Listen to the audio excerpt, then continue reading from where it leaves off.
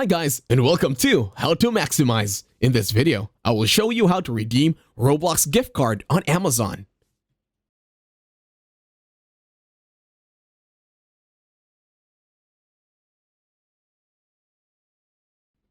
To start this tutorial, open and locate your Amazon shopping application in your mobile device. In here, tap on your profile. Let's get back on the first one so you don't get confused. First, tap on your profile, the one with the human icon. Once done, you will now find your account. Tap on the button that says Your Account. And then tap on Manage Gift Card Balance under Payments. In here, you're going to click on Redeem Another Gift Card, the first option in Manage Your Balance.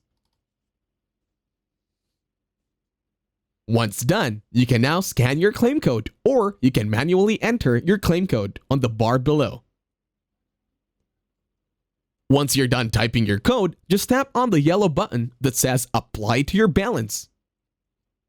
And that's it. Thank you very much for watching. Don't forget to leave a like, share, and while you're at it, subscribe to the channel and leave a comment as well.